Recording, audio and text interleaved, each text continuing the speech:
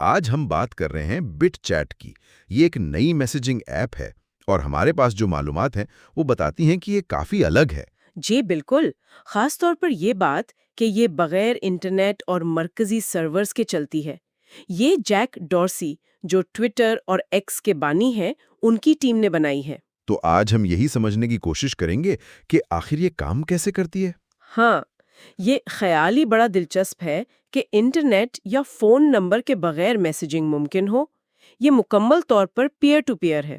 Peer to pair یعنی ایک phone سے سیدھا دوسرے فون پر؟ بالکل، کوئی بیچ میں سرور نہیں آتا۔ تو پھر یہ بغیر انٹرنیٹ کے رابطہ کیسے ہوتا ہے؟ یہ چلتا کیسے ہے؟ دیکھیں، یہ استعمال کرتی ہے بلوٹوتھ لو انرجی یعنی BLE میش نیٹ ورکنگ۔ اچھا، میش نیٹ ورکنگ۔ ہاں، مطلب آسان لفظوں میں آپ کا فون ایک ریلے اسٹیشن بن جاتا ہے۔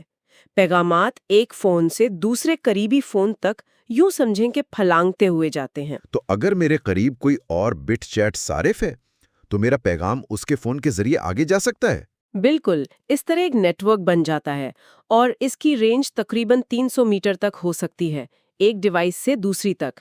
وہ کہہ رہے ہیں کہ آگے جا کر شاید وائی فائی ڈائریکٹ بھی شامل کریں، جس سے رینج اور سپیڈ بہتر ہوگی۔ اچھا، یہ تو جیسے ایک ڈیجیٹل زنجیر بن گئی۔ ٹھیک ہے، تو اس کی خاص باتیں کیا ہیں؟ مطلب کیا چیز اسے مختلف بناتی ہے؟ سب سے بڑی بات تو یہی ہے کہ یہ ڈی سینٹرلائزڈ ہے، یعنی غیر مرکزی۔ کوئی ایک کمپنی یا سرور اسے کنٹرول نہیں کر رہا۔ تو اسے بند کرنا یا سینسر کرنا بہت مشکل ہے۔ اور دوسری بات، آپ کو کوئی اکاؤنٹ نہیں بنانا پڑتا، کوئی سائن اپ نہیں، کوئی فون نمبر یا ای میل نہیں۔ واقعی کوئی ذاتی معلومات نہیں دینی پڑتی؟ جی نہیں، بالکل نہیں۔ اور پھر آتی ہے سیکیورٹی۔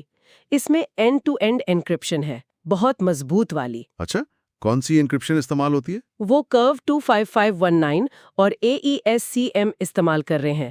یہ آج کل کے حساب سے کافی معیاری اور محفوظ سمجھی جاتی ہیں۔ لگتا ہے پرائیویسی پر تو بہت ہی زیادہ فوکس ہے۔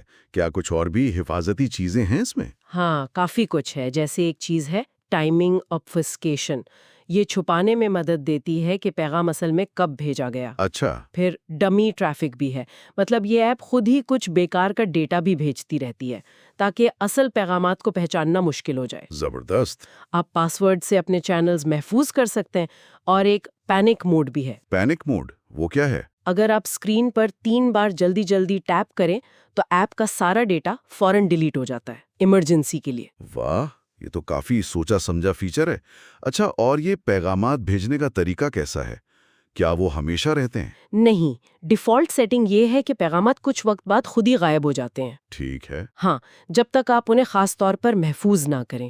چونکہ کوئی مرکزی سرور ہی نہیں تو پیغامات کہیں جمع بھی نہیں ہوتے۔ اور اگر کوئی صارف آف لائن ہو تو پیغام نیٹ ورک میں جو دوسرے فونز ہیں نا، ان کے پاس ایک طرح سے قطار میں لگ جاتا ہے۔ جیسے ہی وہ صارف آن لائن یا مطلب رینج میں آتا ہے، پیغام اس تک پہنچ جاتا ہے۔ صحیح۔ تو یہ کن حالات میں زیادہ کارآمد ہو سکتی ہے؟ اس کے کئی استعمال سوچے جا سکتے ہیں، جیسے جہاں انٹرنیٹ نہ ہو یا بند کر دیا گیا ہو۔ ہاں، جیسے ہنگامی حالات میں یا احتجاج وغیرہ میں۔ بالکل، یا پھر دور دراز علاقے جہاں ویسے ہی سگنل نہیں آتے۔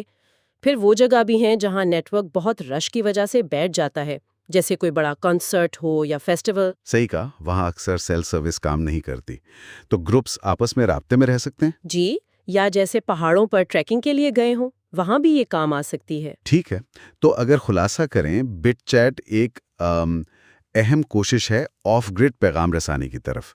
پرائیویسی پر زور ہے اور کوئی مرکزی کنٹرول نہیں۔ بالکل یہی بات ہے۔ اس کی طاقت اس کی پرائیویسی، ڈی سینٹرلائزیشن اور آف لائن چلنے میں ہے، لیکن کچھ کمزوریاں یا حدود بھی ہیں۔ جی، وہ کیا ہیں؟ سب سے بڑی تو یہی کہ یہ کتنی کارآمد ہے، اس کا انحصار اس بات پر ہے کہ آپ کے آس پاس کتنے لوگ اسے استعمال کر رہے ہیں۔ نیٹ ورک بننے کے لیے لوگوں کا قریب ہونا ضروری ہے۔ ظاہر ہے۔ اور یہ ابھی بیٹا میں ہے، مطلب ابھی پوری طرح تیار نہیں ہے۔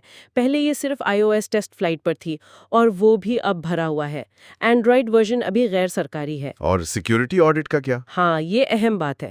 ابھی تک اس کا کوئی باقاعدہ مکمل سیکیورٹی آڈٹ نہیں ہوا، اور حال ہی میں کچھ رپورٹس آئی ہیں کہ اس میں شاید کسی کی شناخت کی نقل یعنی امپرسونیشن کا خطرہ ہو سکتا ہے۔ تو ابھی کچھ چیزیں واضح ہونا باقی ہیں۔ جی، ابھی یہ ابتدائی مراحل میں ہے۔ تو مجموعی طور پر یہ ٹیکنالوجی ایک متبادل فراہم کرتی ہے جب روایتی طریقے ناکام ہو جائیں اور پرائیویسی کے حوالے سے ایک نیا زاویہ دیتی ہے۔ بالکل، اور یہ ہمیں سوچنے پر مجبور کرتی ہے کہ کیا ایسی ایپس کبھی بہت زیادہ پھیل سکتی ہیں؟ مطلب کیا یہ صرف مخصوص حالات کے لیے ہی رہیں گی یا عام استعمال میں بھی آ سکتی ہیں؟